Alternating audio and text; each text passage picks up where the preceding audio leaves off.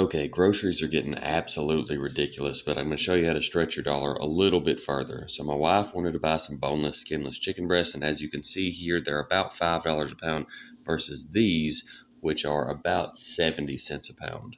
What are these, you ask? Well, they're chicken leg quarters, and what does that mean? Well, apparently chicken breast and chicken wings are the most popular cuts of the chicken, so there's a lot of legs and thighs that are left over.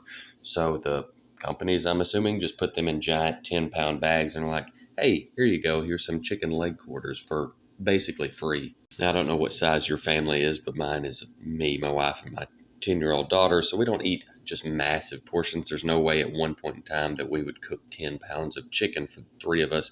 So I like to break these down just a little bit into more like manageable portions so that I can freeze part of it and use it at a later date. To separate the leg from the thigh, you can just kind of bend it a little bit and see where that joint is, and then cut the skin and the meat all the way down to that joint, and then bend it backwards. It'll kind of snap, and then you can just cut anything that you missed the first time around. And just repeat this process with all of the leg quarters that you want to separate. I wound up with 10 thighs and 11 drumsticks for whatever reason. I guess because they have to have a 10-pound bag, they just throw in whatever kind of meat they have laying around to make the even 10 pounds there. Now, I happen to really enjoy bone in skin on chicken thighs and legs, of course, for that reason. But you are probably thinking, hey, your wife wanted boneless, skinless chicken breast, so what are we going to do? I'm going to take some of these thighs that were, basically the skin was hanging off anyway, and peel that back and then debone them. And that's a pretty straightforward process as well. You'll just, on the inside of the thigh, find where the bone is running, cut down to that, and then just slowly work the bone out. You may need to take your knife and kind of persuade the meat to roll off of it, but it's a pretty straightforward process, and the more that you do of it, the easier it's going to get. On these leg quarters, too, because of the way they cut them, there's probably also a little bit of backbone attached that you'll just need to trim away. Anybody that's picked up a kitchen knife more than 3 or 4 times probably should be able to do it.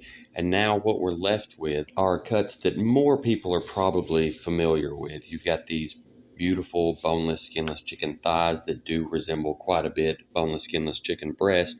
And then, of course, you've got your bone-in, skin-on thighs and your chicken drumsticks here. You've also got this pile of bones that we've removed from the thighs, the backbones, and the femur here out of the thigh, and they will make an absolutely beautiful chicken stock if you want to go that route. No reason to throw it away, especially if it's in the cooler season and you want to make soups and stuff. It's great for that. It'd be great for making gravy this time of year also, I guess. But yeah, a lot of usable stuff here. And now I have these portioned out and ready for the freezer. I've got all of the drumsticks in one bag. I'll probably treat them like wings and do them with lemon pepper or garlic parmesan or something. And then I've just paired these thighs off in these freezer bags. And I will stick them in the freezer, and whenever we get ready to use them, I will use them. Now, onto these boneless, skinless chicken thighs, I'm going to take them and lay them between parchment paper, and then just take a cast iron skillet and pound them out relatively flat, kind of like schnitzel. I guess if you're German, it's just going to be like chicken, fried chicken if you're from around here. So I don't know why. Copenhagen, other German words. Anyway, so once you get them, relatively thin and even, we're just going to, double batter them like you do any other chicken fried anything, and then have these beautiful fried thin chicken fillets basically.